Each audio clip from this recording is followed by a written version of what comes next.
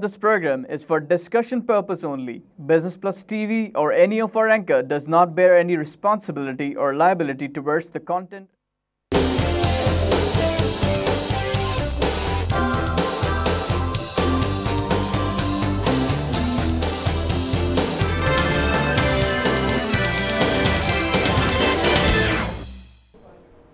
नाजरीन, welcome to the market show. मैं हूं अली नासिर। जिन मौजू के ऊपर हम आज गुफ्तगू करेंगे वो सीमेंट से रिलेटेड है, लेकिन थोड़ी देर के बाद हमारे साथ मेहमान शामिल गुफ्तगू होंगे तो हम इसके मुतालिक बात करेंगे। थोड़ी सी मईशत की बात आगाज़ में कर लेते हैं ताकि हमारे जहन में या आपके जहन में उभरते हुए जो सवालात हैं उनके जवाबात हम जल्द से जल्द हासिल कर सकें। मईशत के अंदर आजकल बुनियादी सवालात जिनके मुतालिक लोग पूछ रहे हैं या बात करना चाह रहे हैं, स्टॉक एक्सचेंज के अलावा बात कर रहा हूँ, वो अमूमन जो है वो हमारे मुल्क के अंदर माशी या शरह नबू वगैरह की बेहतरी के मुतालिक आज एक ख़बर आई थी, उसके बारे में पूछना चाहेंगे। और ज़ाहिर बात है दुनिया भर के अंदर भी जिस तरह के माशी हालात दिखाई दे रहे हैं उसमें क्या होने वाला है। कुछ अजीब सी एक लड़ाई की सी कैफियत है। एक जानिब हम देखते हैं कि बैनुल-अक़वामी मईशत दबाव का शिकार है और कुछ लोग उसको नीचे लाना चाहेंगे क्योंकि रूल प्रोसीजर ये कहता है कि इकनॉमिक साइकिल जो है वो नशे बफराद या उरूज ज़वाल का शिकार ज़रूर होगी, कभी ऊपर जाएगी तो कभी नीचे आएगी। और दूसरी जानिब अगर देखें तो मसले मसाइल दूसरी नौइयत के हो जाएंगे जिनको समझना अभी मौजूदा तौर पर ज़रा मुश्किल इस वजह से है क्योंकि चंद लोग चाहेंगे कि मईशत ऊपर की तरफ जाए, चंद लोग कि वो थोड़ा सा नॉर्मलाइज हो जाए ताकि एक जिसे आप कहते हैं इकनॉमिक साइकिल वाली बात बने। लेकिन अब इस लड़ाई में क्या मसला हो रहा है कि पैराडॉक्स क्रिएट, या आप ऐसे समझ लीजिए कि मार्केट के अंदर अजीब गरीब किस्म के बिहेवियर हमें दिखाई दे रहे हैं और दुनिया भर की मईशत के अंदर भी इस तरह के हालात हमें दिखाई दे रहे हैं। तेल की कीमतों की जानिब देखें तो वो नीचे की जानिब थी और माशी तौर पर ऐसा कहा जा रहा था कि तेल की कीमतें और मज़ीद नीचे चली जाएंगी, लेकिन हमने रिकवरी देखी और बहुत सारे हमारे नाजरीन इस चीज़ से वाकिफ़ हैं कि चंद लोगों ने ऐसा कहा कि शायद ये ऊपर जाए और फिर हमने देखा कि ये कीमत के अंदर थोड़ी सी बेहतर। और फिर उसके बाद दो जो एक ज़ाविये होते हैं, उन ज़ावियों के तहत जो है कुछ लोग माल की कदर व कीमत के ऊपर रिलाई करते हैं, कुछ तारीख़ और माजी के झरोकों में देखकर मुस्तकबिल के फ़ैसले करते हैं। ये दोनों एक थ्योरीज़ हैं, समझ लें आप, समझने की मार्केट को कि किस तरह से मार्केट को समझा जा सकता है, उसके बारे में किस तरह से फ़ैसले किए जा सकते हैं। और इन दोनों के दरमियान भी एक तगोदोसी हम देखते हैं, एक झगड़ा सा देखते हैं, जहाँ एक कहता है कि मार्केट के अंदर चीज़ों की कीमतें थोड़ी सी कम, दूसरा के ज़्यादा होनी चाहिए। और फिर ज़ाहिरी बात है इंसान लालच के पीछे है तो हमेशा लालच के ज़ुमरे में चीज़ों को देख रहा होता है। एक ज़ाविया ये होता है कि हर चीज़, हर माल की कीमत ऊपर की तरफ जाए, और दूसरा ये कभी नहीं सोचता कि माल की कीमत किसी और डायरेक्शन में जाए सिवाय अपवर्ड डायरेक्शन के। स्टॉक मार्केट के अंदर भी यही हाल है। लोग स्टॉक मार्केट के अंदर अगर पूछें, बात करें तो यही कहेंगे कि मार्केट ऊपर की जानिब जाए, ऊपर की जानिब जाए और बेहतर हो और कमाएं और खाएं, किसी और डायरेक्शन के बारे में सोचते नहीं हैं। चाहे मईशत किसी और सम्त में भी जाए, ये समझते हैं कि मार्केट ऊपर की समती जाए। और चूँकि लोगों ने अपनी रोज़गार का इसको एक ज़रिया बना लिया, लेकिन आज भी मुझे याद है कि चंद साल पहले की बात है, यहीं बिज़नेस प्लस में ही हम बैठे हुए थे और वॉल्यूम ही कोई नहीं आता था, लोग शेयर ना ख़रीदते थे ना बेचते थे, अजीब व गरीब किस्म की कैफियत थी। तब भी देखें लोग मार्केट के अंदर, कुछ लोगों ने पैसे लगाए, कुछ लोग कोने पे बैठे रहे, देखते रहे मामलात को, कितना मुनाफा कमाया आपके सामने। ये मार्केट 4600 वाली मार्केट है, 4600 700 है वो वाली मार्केट मेरा ख्याल है जहाँ तक मुझे याद पड़ता है। और आज मार्केट कहाँ खड़ी आपके सामने, बीच में मार्केट कहाँ तक गई। तो अगर सीधा सीधा हिसाब भी करें, कोई अच्छा शेयर ख़रीद रखा हो तो कितना पैसा कमाया होगा, बड़ा पैसा कमाया होगा। यानी अगर कोई दिल गुर्दे का सहारा लेते हुए किसी ने लेट से 2009 में 2008 में 9 में दिल गुर्दे का जो है अपने हिसाब से फ़ैसला करके शेयर ख़रीद लिए हों, अच्छे शेयर ख़रीद लिए हों, तो आज कितना मुनाफा हो गया होगा। किसी ने 10 लाख के ख़रीदे हों तो उसको सीधा सीधा हिसाब है 4 छक्के 24 और उसके आगे जो है वो आप समझेंगे हैं तो काफ़ी ज़्यादा हो गए हैं। 32 तक भी अगर मार्केट की एवरेज ले लें, नहीं 36 ले लेते हैं, 36 ले लेते हैं, यानी कि 8 टाइम्स आप कमा सकते थे। 8 टाइम्स भी कमा सकते थे, अच्छी रोलिंग कर लें तो 8 टाइम्स 800% प्रॉफिट, 800% प्रॉफिट। 10 लाख लगाने वाला 80 लाख कमा गया होगा। एक अंदाज़ा लगा रहे हैं अभी अपने जहन में, अंदाज़ा लगा रहे हैं। 4-4 गुना तो सीधे सीधे बैठे लोगों ने कमाया, सीधी सीधी बात है। 7,700 पे भी जिन्होंने लगाया अच्छा पॉइंट पे, बहुत कमाया उन्होंने, बहुत खाया है ना, बहुत पैसा कमाया। ये नहीं 4 गुना करना तो कोई मसला ही नहीं ना। यानी 2009 से अगर आप 2016 तक आप 4 गुना कर रहे हो, क्या बुराई है भाई। जब भी बोलता हूँ कि आप परेशान ना हुआ करें मार्केट की वजह से, लोग घबराते हैं, मैं बोलता हूँ मार्केट की वजह से परेशान ना हुआ करें। खड़े जो है वो 8 गुना 4 गुना मुनाफा तो सीधा सीधा है, तो लोगों ने कमा लिया। अब उसके अंदर अगर एक वक्त आता है जब इंसान को अपने ऊपर काबू रखना होता है कि इतना कमा लिया अब थोड़ी देर के लिए, लेकिन फिर भी आप लोग ऐसा सोचते हैं नहीं, ऊपर ही ऊपर ऊपर ही ऊपर ऊपर ही ऊपर मार्केट चलती चली जाए। ये सिलसिला बड़ा अजीब व गरीब किस्म का है। या आप लोगों को, सब लोगों को ये चीज़ें देखनी है, समझनी है कि अब इतना मुनाफा दे दिया मार्केट ने, अब और क्या किस तरह से चाहते हो, ये हमें समझना पड़ेगा। स्टॉक मार्केट को अगर देख लें तो देख लें, आपके सामने मैंने लेवल्स बता दी, आप जाएं इंटरनेट के ऊपर देख लें। इंटरनेट पे जाने, कराची स्टॉक एक्सचेंज का डेटा ईजिली अवेलेबल है, बड़ी आसानी से देख लीजिएगा। किसी शेयर के अंदर पैसे लगाए हों और डिविडेंड भी आता रहा हो तो अच्छे खासे पैसे कमा लिए होंगे आपने, इनकम डिविडेंड इनकम मिला के। तो ये बातें हैं हमारे सामने। और इसके अलावा भी अगर कैपिटल गेन भी देख लिया जाए तो अच्छे खासे लोगों ने पैसे कमाए। तो वही मैं आपको बता रहा हूँ, खालिसतन 8 या 9 साल के अंदर कहाँ से कहाँ बात पहुँच गई। हम कोशिश करते हैं कि हम अपने प्रोग्राम के अंदर कभी कभार मार्केट को भी डिस्कस कर लिया करें, अहमियत होती। सुबह के प्रोग्राम में भी कोशिश करते हैं मार्केट को देखें, शाम में भी कोशिश करते हैं कि मार्केट के मुतालिक बात करने के बाद हम अपने मरकज़ी मौजू की तरफ आते हैं। हमारे साथ बड़े अहम मेहमान आज शामिल गुफ्तगू होंगे, जनाब बदरुद्दीन फ़खरी साहब, MD गालादारी सीमेंट्स। वेलकम करूँगा सर आपको। Thank you. और साहब का अदवार के अंदर अपनी बहुत सारी प्रोफेशनल तंजीमों के अंदर बहुत अहम अहदों के ऊपर फायज रहे और इसके अलावा और सीमेंट सेक्टर के अंदर लीडरशिप पोजीशंस के ऊपर बड़े अहम अहदों के ऊपर हमेशा से ही फायज रहे हैं। काफ़ी अरसे से मैं आपको बुलाता रहता हूँ। और मैंने स्टार्ट सीमेंट से लिया। जी जी। पहली नौकरी सीमेंट में थी जी, और आखिरी नौकरी जो चल रही है वो भी सीमेंट में है। तो यही देखिए बात है। और आपका बड़ा इसमें तजुर्बा है, बहुत दफ़ा नाजरीन उससे बड़े मुस्तफ़ीद हुए क्योंकि आप प्रोग्राम में तशरीफ़ लाए, आपने पूरा प्रोसेस बताया। बहुत कम ऐसे मुमकिन होता है, हमारे यहाँ तो लोग शेयर ख़रीद लेते हैं ना सीमेंट सेक्टर के अंदर, लेकिन उनको पता नहीं होता कि सीमेंट चीज़ क्या है। पर आपने बड़े आसान तरीके से, मेरे ख्याल एक दफ़ा नहीं बहुत दफ़ा प्रोग्रामों में और काफ़ी दफ़ा तो हमने वीडियो के साथ आपकी गुफ्तगू साथ चलाई, तो आप समझाते चलेगा कि ये फेज़ आएगा, ये फेज़ आएगा, ये फेज़ आएगा। बड़े ऐसा तरीके से लोगों ने समझ, बड़ी इंफॉर्मेटिव जी सीरीज़ थी वो। जी जी। अब आपके साथ जनाबे वाला हम आते हैं सीमेंट सेक्टर आज की तारीख में कहाँ खुले सीमेंट साइलो। पहले मुझे ये बताएं, पड़ोसी मुल्क हिंदुस्तान के अंदर सीमेंट भेजना चाहते थे, उसकी सूरत हाल क्या है ज़रा हमारी आवाम के सीनों पे। देखें, इंडिया पाकिस्तान की जो सूरत हाल है ना वो नॉर्मल नहीं है। वहाँ देख लें क्रिकेट पे क्या हशर किया हुआ है, बहुत बुरा हाल। अच्छा, ये मैं सही अर्ज़ कर रहा हूँ, मैं इंडिया बहुत दफ़ा गया हूँ, इसलिए कि मैं साफ़ा प्रेसिडेंट था, तो साफ़ा का हेडक्वार्टर इंडिया में था, तो कई बार जाने आने का इत्तेफाक हुआ। जितनी फीलिंग्स उनके ख़िलाफ़ एंटी पाकिस्तान हैं, यहाँ के लोगों में एंटी इंडिया फीलिंग्स नहीं है। सीमेंट को उनके जो ऑफिशल्स हैं, गवर्नमेंट ने अलाउ कर दी थी कि आप ज़मीन के रास्ते से भेज सकते हैं, लेकिन जो उनके ऑफिशल्स हैं ना वो उसको रिजेक्ट कर दिया करते थे, सिर्फ इसलिए कि ये पाकिस्तान से आया। वतनियत अच्छी चीज़ है, लेकिन अगर ज़रूरत से ज़्यादा कोई चीज़ भी हो जाए ना, अच्छी भी हो, तो वो नुकसानदेह होती है। तो वो नुकसान उन्होंने उठाया। सीमेंट उनको सस्ता पड़ रहा था पाकिस्तान से जो आ रहा था, लेकिन कभी बड़ी क्वांटिटी में सीमेंट नहीं गया। उससे ज़्यादा तो 8-10 गुना ज़्यादा हमने बाई शिप एक्सपोर्ट किया है, या अफ़गानिस्तान हमने किया एक्सपोर्ट। यानी वहाँ का पोटेंशियल फिर नहीं बन पाया। जो MFN के लिए जो लोग कलाबाजियाँ खा रहे थे, नहीं हमारे यहाँ लोग कलाबाजियाँ खा रहे थे पाकिस्तान में, आपको पता होगा, याद होगा। MFN जो है ना वो तो दरअसल वो तो अब घुल मिल गया ना, महलूल हो गया। हाँ, वो हवा में महलूल हो गया। कम था, वो यूरोप से ज़्यादा रिलेटेड था। अच्छा, तो आपने तो कोई इसमें राज की बात इसके साथ जोड़ दी। अच्छा, यहाँ पे मैं एक और चीज़ भी आपके साथ, अच्छा नहीं आपने बड़ी गहरी बात कर दी, बहुत ही गहरी बात कर दी कि हमें कुछ शराइत पूरी करनी थी, कुछ शराइत वहाँ पूरी करनी थी, कुछ हमारा साथ दे लो, कुछ हम तुम्हारा साथ दे लेंगे, GSP प्लस कर लो, हाँ कुछ लो और कुछ दो के तहत। लेकिन वो दाल कुछ गली ही नहीं, दाल गली ही नहीं।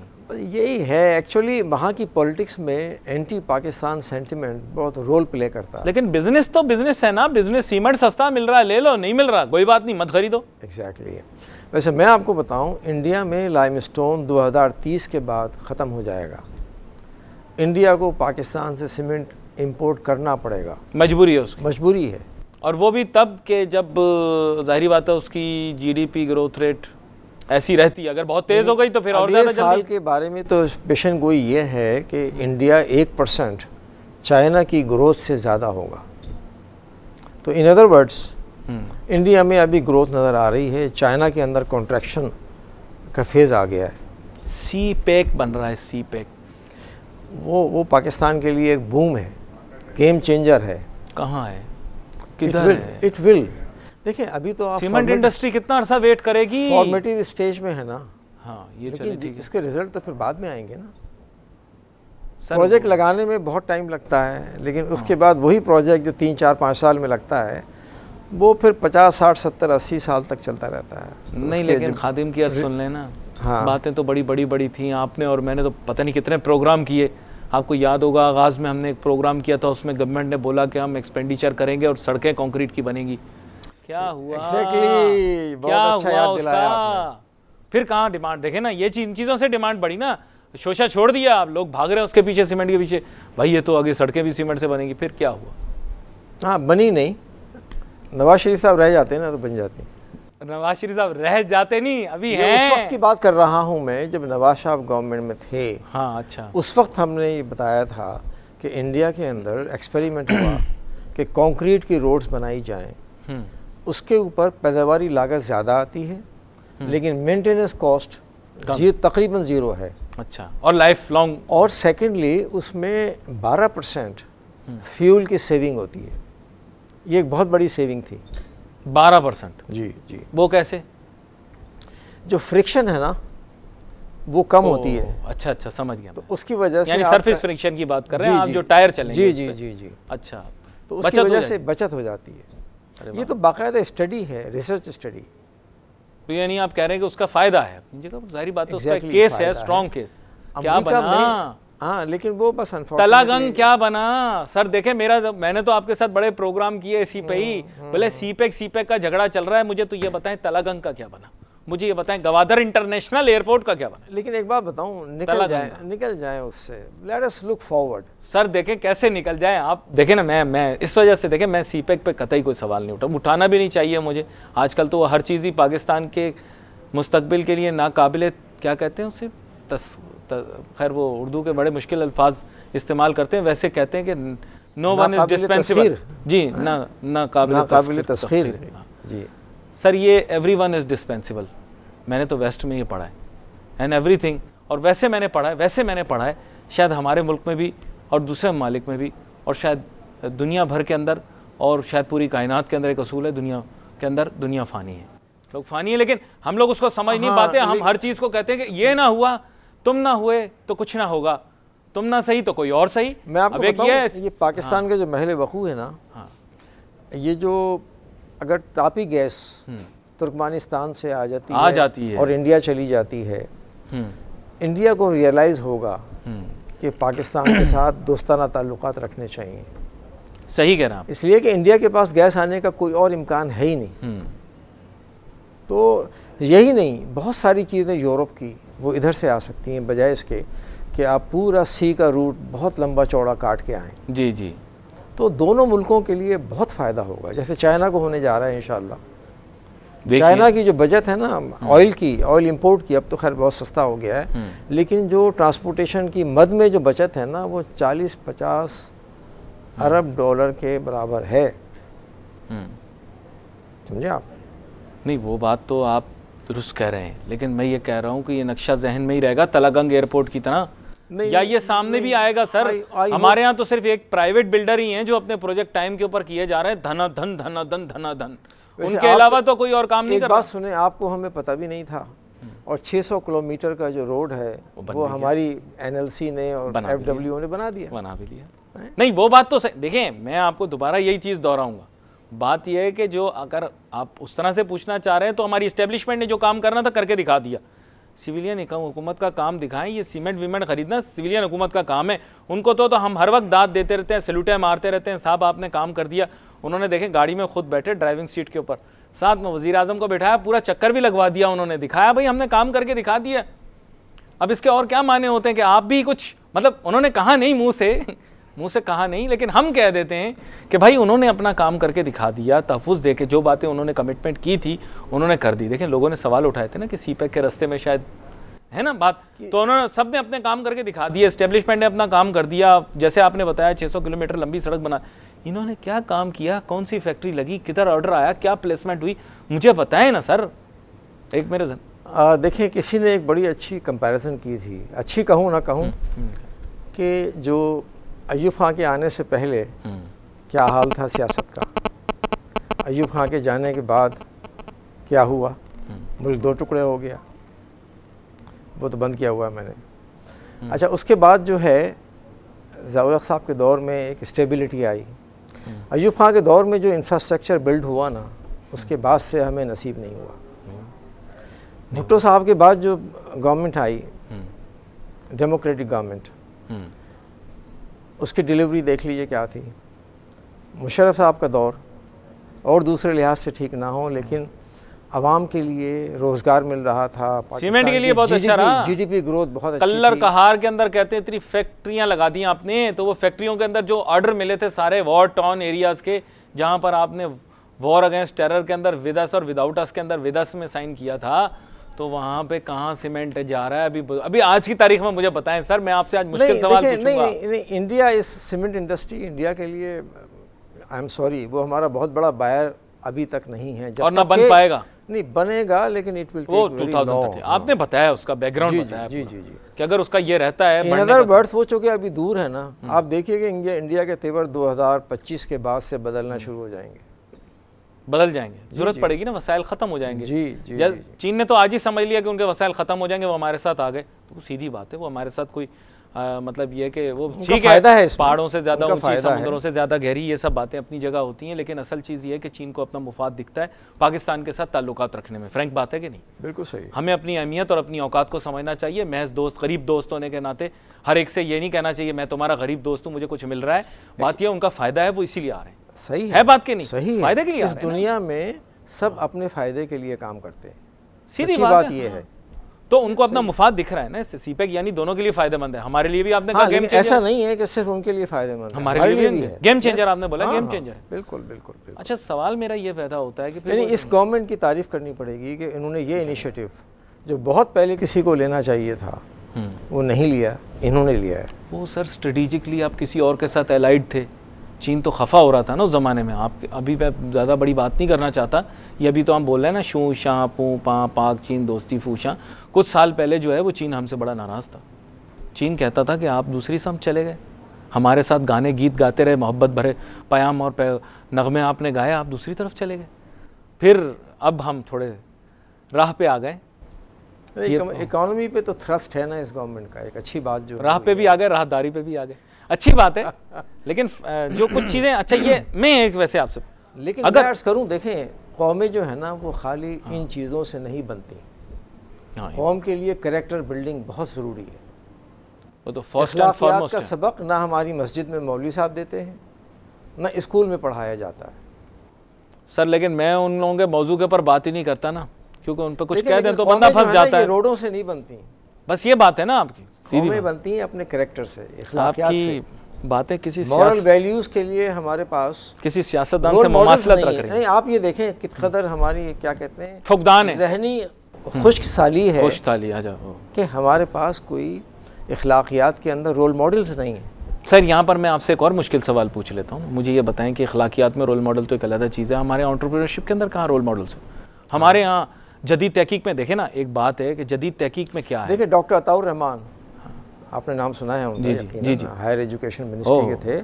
और अभी भी आर्टिकल्स उनके आते हैं, किस कदर वो दूर की बात कर रहे होते हैं कि दुनिया में क्या हो रहा है, उनके कॉलम से हमें पता लगता है। लेकिन सर ऐसे ऐसे लोग यहाँ मौजूद हैं, बड़ी अहम बात नहीं किया जा रहा, बड़ी अहम बात है। लेकिन यहाँ पर एक चीज़ आपके सामने रखता हूँ, जैसे ये सीमेंट की हमने बात की, क्या हमने जदीद कंस्ट्रक्शन मटेरियल और कंस्ट्रक्शन टेक्निक्स पे फोकस किया? आज आप जाइए चीन के अंदर नई कंस्ट्रक्शन टेक्निक्स और नए सिस्टम डेवलप किए जा रहे हैं। क्या उन्होंने इंडिजिनसली डेवलप किए? आपको पता होगा, आप तो इन चीज़ों के और ज़्यादा, अब कंक्रीट को और सीमेंट को सेकेंडरी रोल दिया जा रहा है आहिस्ता आहिस्ता। देखिए अभी कुछ चाइनीज़ आए हुए थे, आप यकीन कीजिए सुबह 9 बजे नाश्ता करने के बाद वो रात के 12 बजे तक मुसलसल काम करते थे। ब्रेक होता था सिर्फ आधे घंटे का दोपहर के खाने के लिए, सिर्फ काम करते हैं, और रात के खाने के लिए सिर्फ काम। तो जो कौम इतनी 17-18 घंटे काम करेगी, हमारे आप करा के तो देखें आप किसी से, आप हमारे से आराम करवा के देखें 17-18 घंटे, फिर आप देखें हम काम आपको कैसा करके दिखाते हैं। लेकिन यहाँ पर छोटा सा हम ब्रेक लेते हैं और ब्रेक के बाद वापस आते हैं नाजरीन और अपनी गुफ्तगू जारी रखते हैं।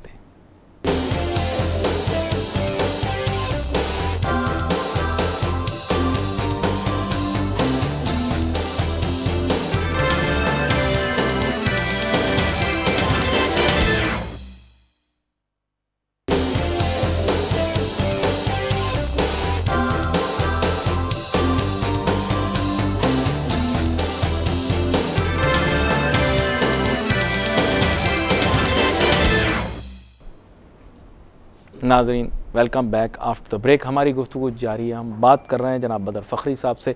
ब्रेक पे जाने से पहले हम अजीब व गरीब किस्म की गुफ्तगू में मुब्तला हो चुके थे। बात मईशत की हो रही थी, अब बातें अखलाकियात की शुरू कर देते हैं। जनाब वाला अखलाकियात का कारोबार से कोई ताल्लुक़ नहीं है, बहुत बड़ा ताल्लुक़ है इसका मईशत से कोई ताल्लुक़ नहीं है। भाई हमें तो यही बताया गया अभी कि इन चीज़ों का कोई ताल्लुक़ नहीं। एक अच्छा इंसान होना ज़रूरी नहीं है, एक बस तनख्वाह आनी चाहिए, पैसे आने चाहिए। ये गलत क्या है? देखें ये इसीलिए तो हम इस हाल को पहुँचे हुए हैं। यूरोप ने तरक्की ना की होती अगर उसके अंदर मॉरल वैल्यूज़, अमेरिका ने तरक्की ना की होती अगर उसकी मॉरल वैल्यूज़ इतनी ना बढ़ गई होती, हमारे यहाँ आज कोई काम बगैर रिश्वत के होता नहीं है। बेज़ाब्तियाँ, बदउनवानियाँ, हाँ आम चीज़ है, आम चीज़ है। तो किस किस चीज़ को आप जो है, आई एम सॉरी सर, आवे का आवा बिगड़ा हुआ है। आप क्यों इस माशरे को ठीक करने निकले? मैं तो सीमेंट का पूछ रहा था, आपने अखलाकियात की बहस शुरू कर दी। अरे जनाबे वाला, अखलाकियात का और हमारे यहाँ कारोबारी माहौल का आपस में कोई रब्त ताल्लुक़ नहीं है। मैं वैसे आपको बता रहा हूँ, आपकी तो देखें बिजनेसमैन जो होता है ना, उसकी तो साइकी होती है कि मैं ज़्यादा से ज़्यादा प्रॉफिट कमा लूँ, यही है। लेकिन ये नहीं होना चाहिए कि ज़्यादा से ज़्यादा प्रॉफिट कमाऊँ बेईमानी करके, टैक्स बचा के, किसी का हक मार के। तो हमारे यहाँ तो इसी तरह होता है। सॉरी, हमारे यहाँ तो इसी तरह होता है और दुनिया भर में ही लोग कहते हैं। इसीलिए हमारा हाल देख लेना आप। ये कह रहे हैं कि जो तरक्की याफ्ता ममालिक हैं वहाँ पर कारोबारी सरगर्मियाँ और इंसानी तरक्की के अंदर इसलिए इजाफा हो रहा है क्योंकि वहाँ पे अखलाकी रिवायात का पास किया जा रहा है। यही बात है। यस, चलिए अब ये बहस एक हम मंतकी अंजाम तक ले आया। मैं आपको दूसरी अब आप देखें ना, लिटमस टेस्ट ये है कि वो कौमें कहाँ पहुँच गई हैं और हम तरक्की माकूस का शिकार हैं। तरक्की माकूस से मतलब आप समझते होंगे कि बजाय ऊपर जाने के हम नीचे आ रहे हैं, डाउन हिल, डाउन स्लोप। जी, तो फिर लिटमस टेस्ट हो गया ना कि जिस रविश पे हम जा रहे हैं वो हमें तनज़्ज़ुली की तरफ ले जा रही है, ऊपर नहीं लेके जा रही। यही मैं असल में बात हमेशा करना चाहता हूँ प्रोग्राम के अंदर, क्योंकि हम मईशत के मुतालिक बात करते हैं लेकिन चंद चीज़ें हम भूल जाते हैं कि मईशत के मुतालिक बात करना बग़ैर अखलाकियात के एक सतही गुफ्तगू से आगे बढ़ के और कुछ भी नहीं।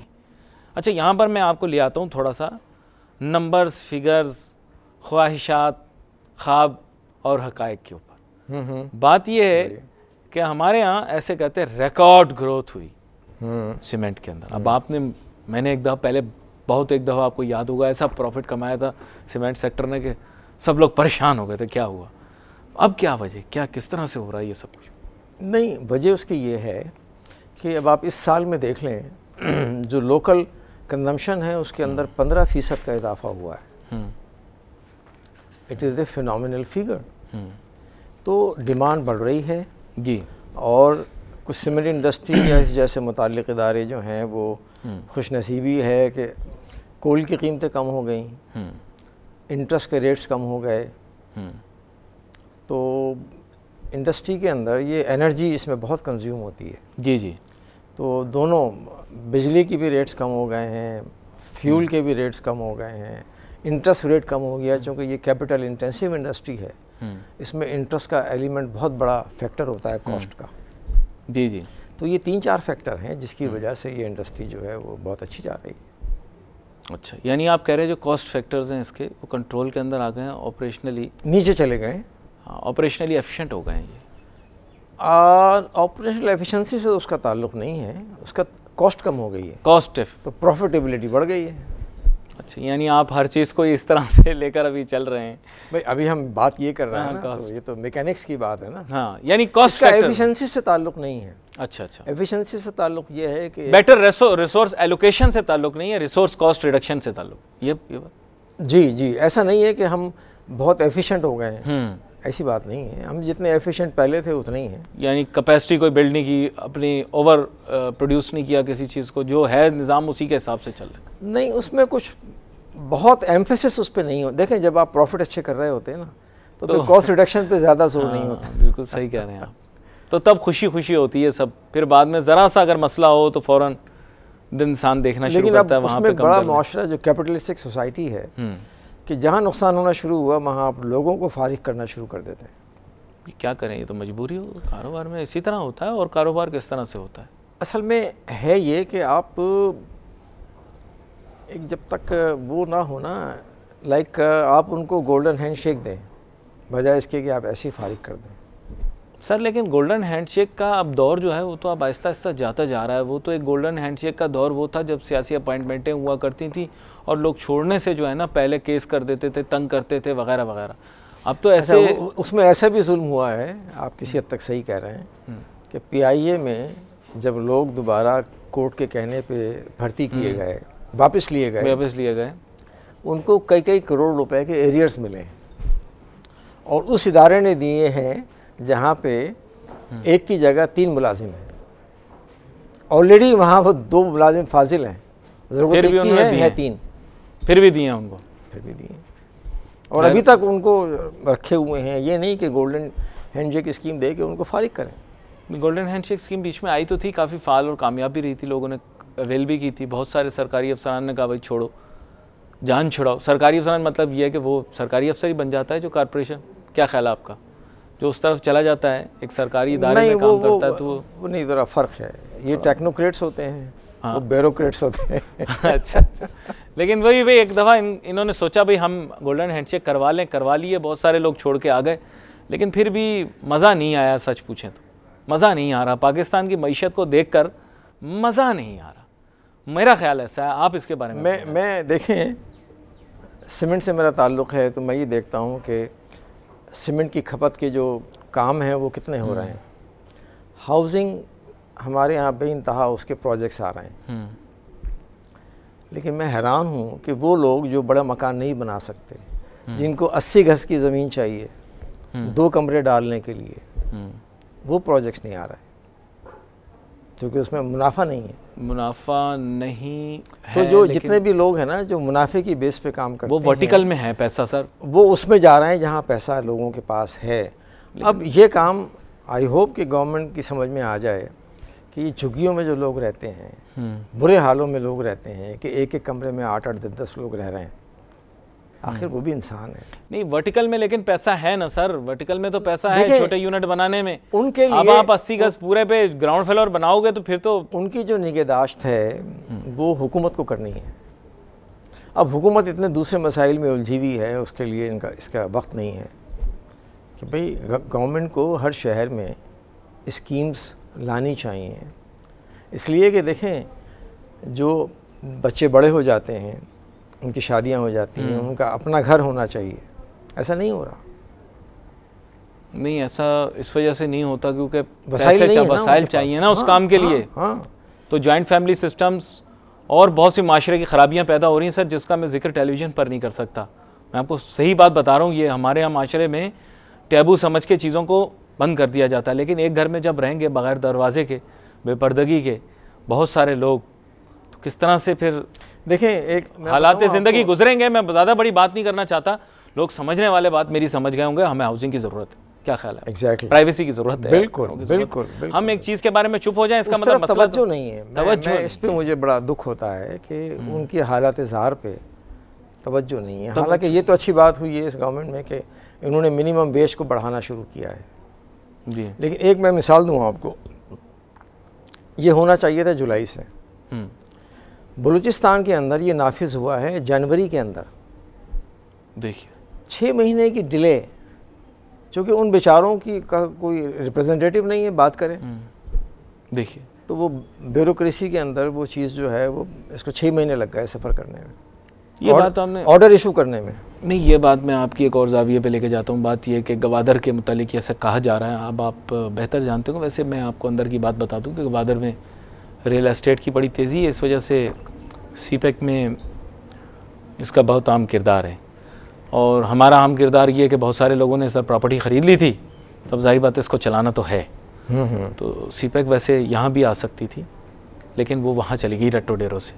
सीधी जो आपसे बात करूँगा, देखिए घुमाने फिराने वाली बातें आपसे नहीं करूँगा, सीधी बात है। लोगों के रियल एस्टेट के बहुत बड़े बड़े इंटरेस्ट हैं। बाकी बंदर अब्बास अब खुल चुका है, अब आप ईरान से घबराएं। ईरान अपने पोर्ट सिटीज़ बनाएगा, आपसे कहीं ज़्यादा एफिशिएंटली बनाएगा। और ये जो Gwadar, natural deep sea port, ये पहले जो अपने आप को कहते हैं ना कि हमेशा आजी और इंकिसारी से पेश आना चाहिए, हम शुरू ही जुमला ऐसे करते हैं, हाँ अजीम वो जो कोई दुनिया के अंदर अजीम तरीन, खुदा न खास्ता अल्लाह माफ़ करे, ऐसे अल्फाज का इंतखाब ही नहीं करना चाहिए, गलत होता है। आप ये कहें एक अच्छी बंदरगाह बन सकती है, अजीम तरीन, मतलब ये इससे बंदा दूसरा आदमी डर जाता है। क्या अजीम तरीन बात आपने कर दी, नौजुबिल्लाह। अजीम तरीन का तो लफ्ज़ इस्तेमाल करना भी इंसान को बड़ा सोच समझ के चाहिए। हम जो है सीपेक के इम्पैक्ट को अंडर स्टेट ना करें। नहीं, बिल्कुल नहीं है, तो ओवर स्टेट करें।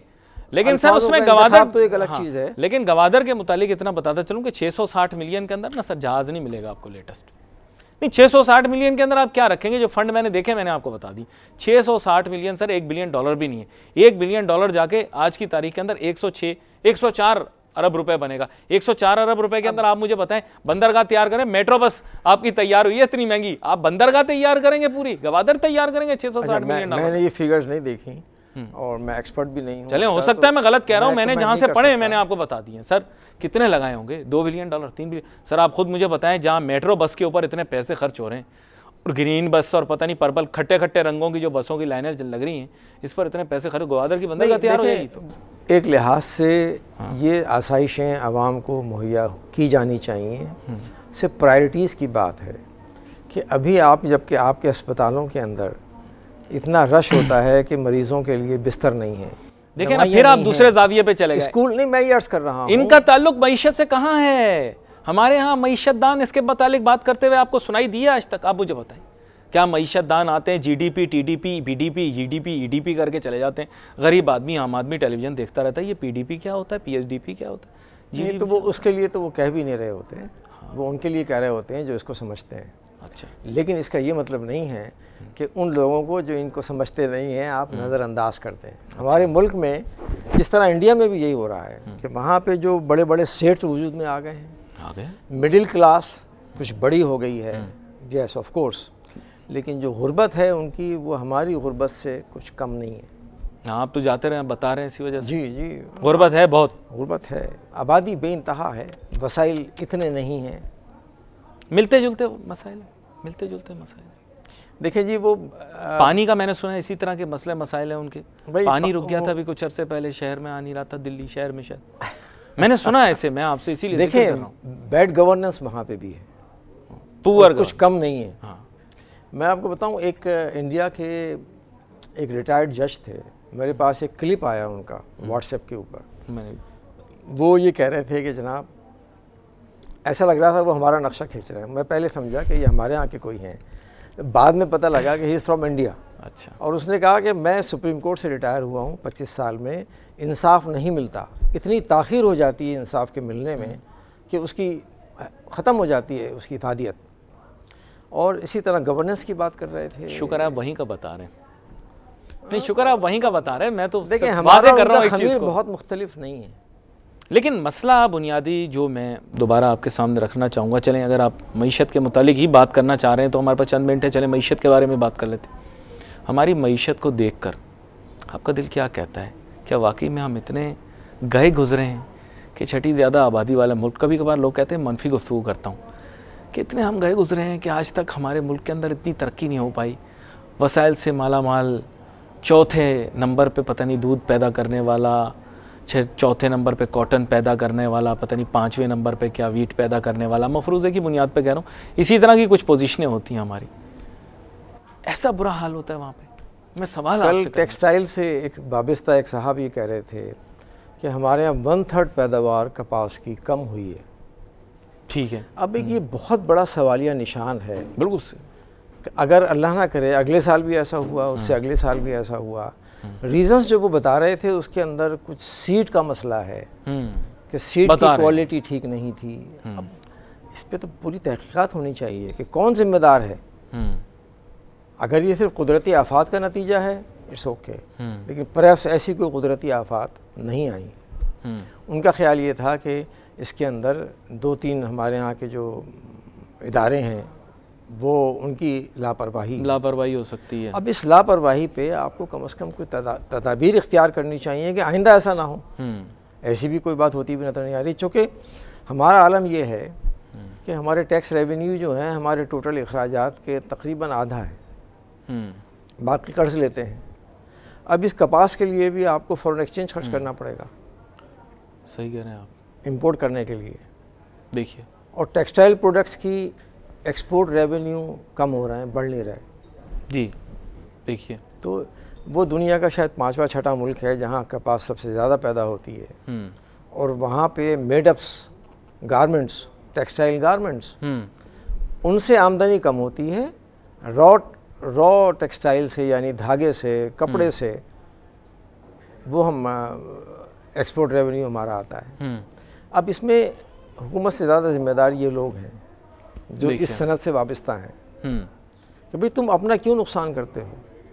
तुम बजाय इसके कि एक कमीज़ का कपड़ा जो है तुम बेचो $1 के अंदर, तुम कमीज़ बेचो $10 के अंदर। उस $1 पे तुम $1 या $1.5 और खर्च करो, $2 खर्च करो, $3 में कमीज़ बनाओ, वैल्यू एडिशन करके तुम $10 में बेचो।